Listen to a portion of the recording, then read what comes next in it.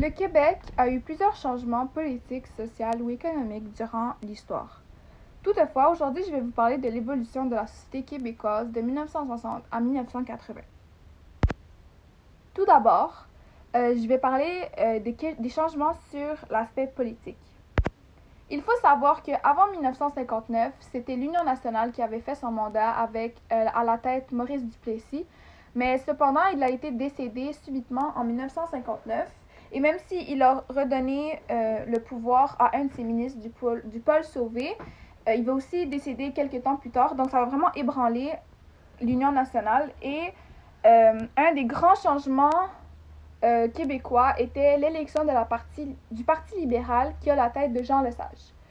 En fait, il faut savoir que la population était vraiment très éduquée et très jeune, donc ils voulaient vraiment se détacher de toutes les idéologies traditionnelles que Maurice Duplessis avait mis en place, par exemple la religion, la terre, les traditions canadiennes, françaises, etc.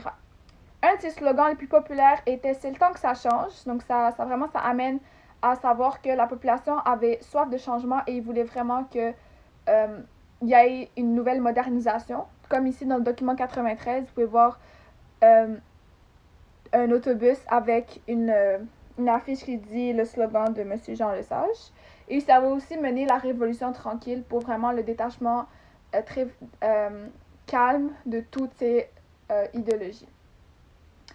Il va imposer plusieurs changements dans tout ce qui est politique. Par exemple, il va imposer l'État-providence, ce qui veut dire qu'à la place que l'Église ait le plus d'influence dans tout ce qui est les institutions, par exemple les hôpitaux et les écoles, il va vraiment dire que c'est l'État qui doit intervenir dans tout ce qui est économie et les affaires sociales, alors que Duplessis, ben lui, comme j'ai dit, donner plus de pouvoir à l'Église pour gérer ces genres de domaines.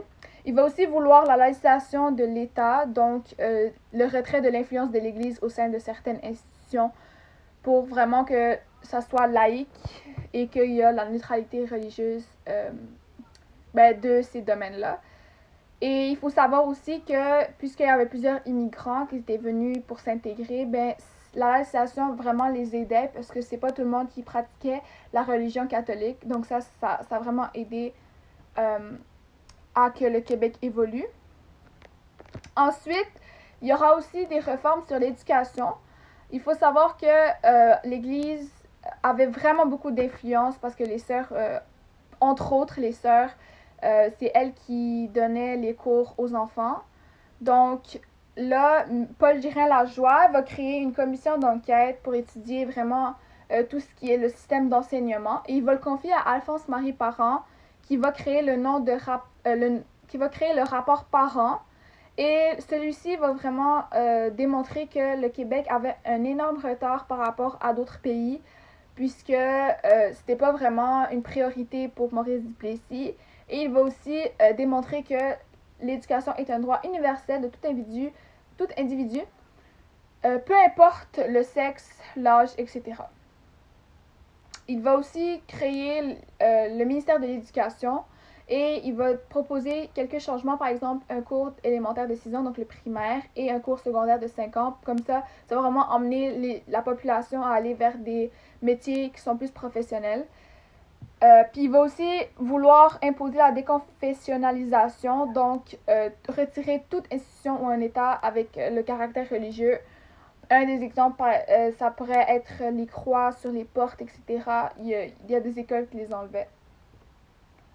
Ensuite, un autre changement, c'est dans la réforme de la santé. Il faut savoir que le gouvernement Duplessis, puisqu'il voulait vraiment que l'autonomie de l'État, l'autonomie fédérale, il ne voulait pas imposer l'assurance hospitalisation pour l'ensemble du Canada.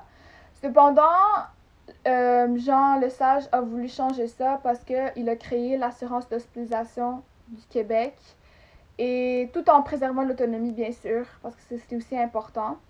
Donc, il va créer le ministère des Relations fédérales et provinciales. En fait, c'était pas aussi suffisant puisque c'était pas autant formel. Donc, il va aussi créer la loi sur des hôpitaux. Ça s'appelle la loi des hôpitaux. Et ça veut dire que tous les hôpitaux, que ça soit public ou privé, ils doivent tous suivre des règles et avoir un permis pour vraiment que la population ait le plus de qualité de la santé. Maintenant, pour l'aspect économique, il y a eu plusieurs changements aussi, puisqu'il faut savoir qu'il y a eu beaucoup d'arrivants et d'Américains ou des Anglo-Canadiens qui sont venus installer au Québec avec des sociétés privées qui n'embauchaient très rarement les Canadiens français. Donc ça fait une crise économique, puisqu'on n'embauchait pas les gens qui étaient québécois français. Donc, le gouvernement va créer les sociétés d'État.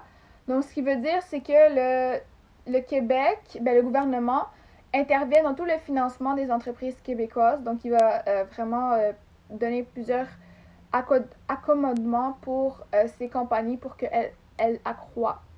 Par exemple, il va créer la Caisse de dépôt et placement en 1965, puis en gros, la Caisse achète des actions d'entreprises québécoises.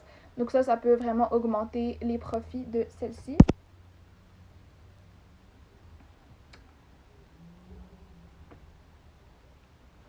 Ensuite, il faut savoir qu'il va vraiment nationaliser l'électricité, comme vous pouvez voir dans le document ici à la page 284. C'est maintenant ou jamais, mettre chez nous, comme vous pouvez voir, la main prend, on dirait des éclairs, mais c'est l'électricité. Parce qu'ils savaient que ça serait le futur et que ça allait avoir un bon futur. Ça va vraiment comme influencer tout le Québec, ça va révolutionner le Québec. Donc, ce qui veut dire, c'est quoi la nationalisation? C'est qu'en gros, il va acheter toutes les compagnies privées et il va le mettre sous un seul nom qui est celui de Hydro-Québec. Et il y a plusieurs avantages. Par exemple, les tarifs d'électricité étaient stables et ça pouvait créer plusieurs emplois. Donc ça c'était vraiment avantageux pour le Québec. Puis finalement, en 1963, en février, un des rapports était que plus de 600 millions de dollars avaient acquis la compagnie. Donc ça, c'était beaucoup. Puis ensuite, il y a eu plusieurs constructions de transport, puisqu'il y avait l'augmentation les véhicules, donc on devait construire des routes, etc.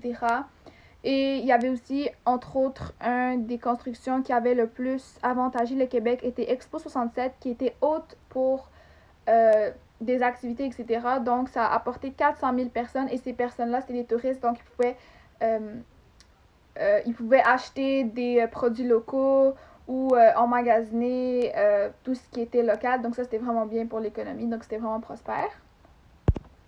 Maintenant, pour l'aspect social, il y a aussi plusieurs changements dans ce domaine-là.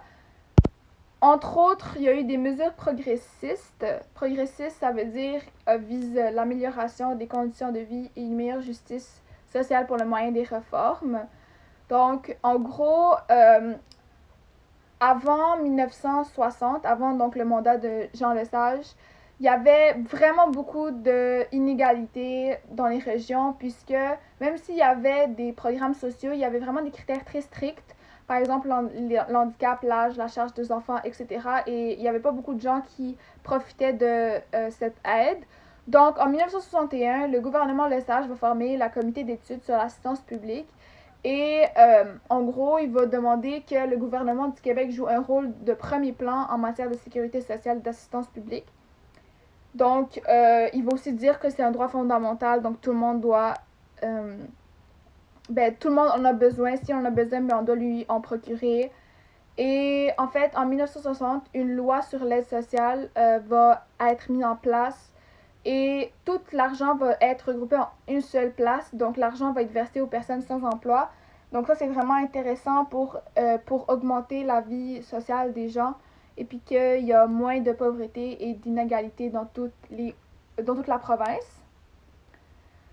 Il y aura aussi des changements des institutions démocratiques. Le gouvernement Lesage va mettre en place la commission Salvas, qui est chargée d'enquêter sur les dépenses publiques. Donc, René Lévesque insiste sur l'importance. Il va vraiment accorder plusieurs contrats de construction aux entreprises qui facturent le moins cher, à la place que le gouvernement Duplessis qui, lui, favoritisait plusieurs compagnies. En 1968, le Conseil législatif est aussi aboli. Donc, en fait, ils ont dit que ça servait à rien puis c'était juste de la perte d'argent. Comme dans le document 120 qui dit ainsi, rien ne semblait justifier le maintien du Conseil législatif et son abolition est apparue tout à fait normale. Elle a eu l'effet de faire valoriser le rôle du député et de simplifier considérablement le processus législatif. Ce sont là deux facteurs évidents de la démocratisation. Donc ça expliquait vraiment que c'était une bonne idée d'abolir le Conseil législatif. Donc voici tous les changements qui se sont passés durant 1960 à 1980. Ce sont seulement quelques exemples de tout ce qui s'est passé durant ces années prospères de révolution tranquille. Donc merci beaucoup de m'avoir écouté.